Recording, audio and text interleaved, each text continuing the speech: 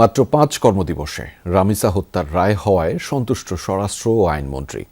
তারা বলেছেন, আসামিদের মৃত্যুদণ্ড দেওয়ার মাধ্যমে ন্যায় বিচার প্রতিষ্ঠিত হয়েছে। আইনমন্ত্রী আশা করেছেন, উচ্চ আদালতে দ্রুত শুনানি হলে ৩ মাসের মধ্যে রামিসা হত্যার ফাঁসির রায় কার্যকর করা সম্ভব।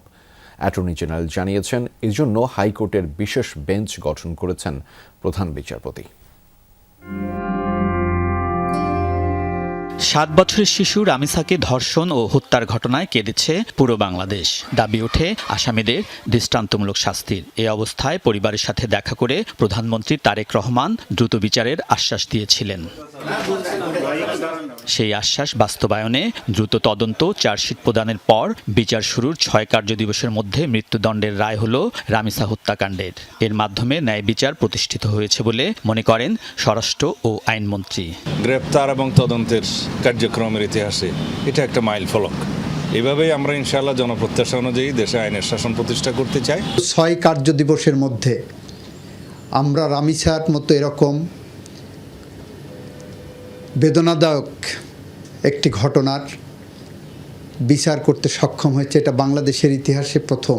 এই ঘোষিত শাস্তিতে আপাতত সন্তুষ্ট। আশা করি এটা উচ্চ আদালতে গেলেও এই রায় কার্যকর থাকবে।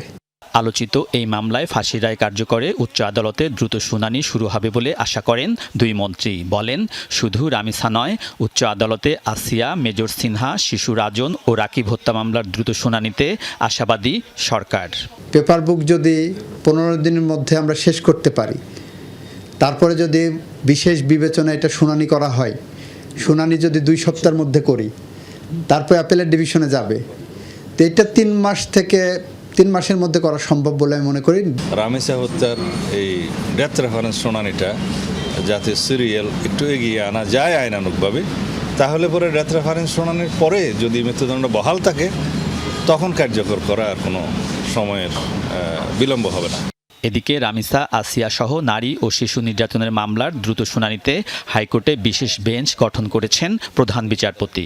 মাননীয় প্রধান বিচারপতি আমাদের এই যে বিচারের বিষয়টা তো তিনি উল্লেখ করেছেন যে নারী এবং শিশু নির্যাতন দমন আইনের অধীনে এই জাতীয় মামলা, অর্থাৎ শিশু রামিসা, আসিয়া, এই সমস্ত মামলাগুলো শুনানির জন্য হাইকোর্টে একটি সুনির্দিষ্ট বেঞ্চ উনি গঠন করবেন, যেটা আগামী রবিবার থেকে কার্যকর হবে। আমাদের অ্যাটর্নি জেনারেল অফিসের পক্ষ থেকে এই মামলা শুনানির জন্য ডেডিকেটেড স্পেশাল টিম তৈরি করছি আমরা।